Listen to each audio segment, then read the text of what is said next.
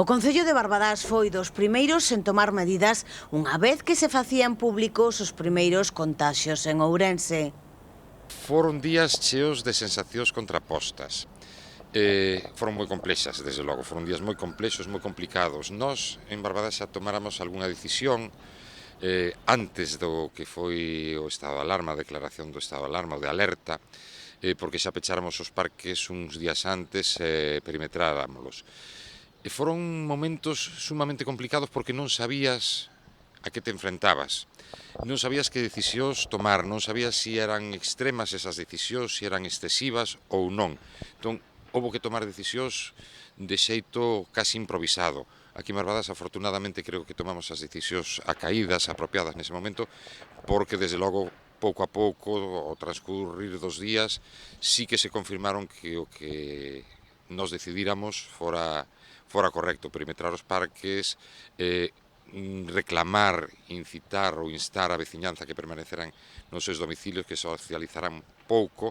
En aquel momento non se podía obrigar a ninguén tampouco a non sair á rúa porque aínda non estaba declarado o estado de alarma, pero sí que foi moi complicado porque estaba sometido a esa dúbida de estamos actuando correctamente, a que nos afrontamos, que pode ocurrir. Foron sensacións moi contrapostas e aquí quero agradecer a colaboración tanto de Policía Local como de Protección Civil, da Garda Civil e, por suposto, de toda a veciñanza, porque comprenderon finalmente que era algo que había que facer, pero foi moi complexo, que tamén serviu para coñecernos mellor, para solidarizar e para empatizar máis entre toda a veciñanza. Hoxe, presidente da Deputación, Luís Menor, estábase estreando como alcalde de Pereiro. A prioridade, veciños e veciñas. Bueno, no meu caso concreto, pois o que supón, evidentemente, a responsabilidade como alcalde de un concello en onde os veciños acudían, tiñan necesidades e acudían e un pois tiña que improvisar, buscar esas alternativas que efectivamente nos pasaban. Eu recordo que foi de moita dedicación, de moita intensidade. Eu a verdade é que non nos recordo, salvo en algún momento puntual, cando si había moitos mortos e algún tamén se produciu no propio Concello, non recordo efectivamente que tamén como unha situación de medo, non propiamente dita, pero bueno, unha situación si de moita incertidume, sobre todo de falta de respostas e a necesidade de dalas de maneira acuciante. Había que priorizar, dobrar esforzos, implicarse ao límite e houbo colectivos que tiveron que asumir unha maior responsabilidade.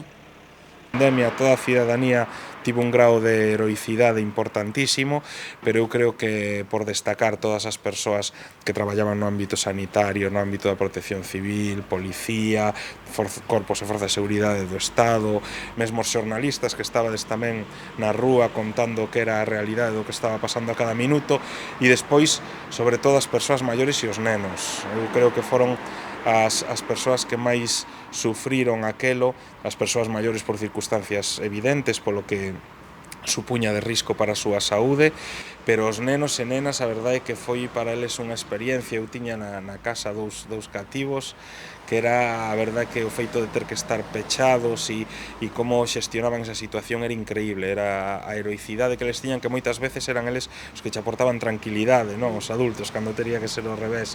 Pero bueno, foi un momento para aprender, para quitar o positivo, pero dende logo eu creo que probablemente non estaría exaxerando se digo que foi un dos momentos máis tensos que viviu a civilización occidental no século XXI, sen lugar a dúbidas, vamos.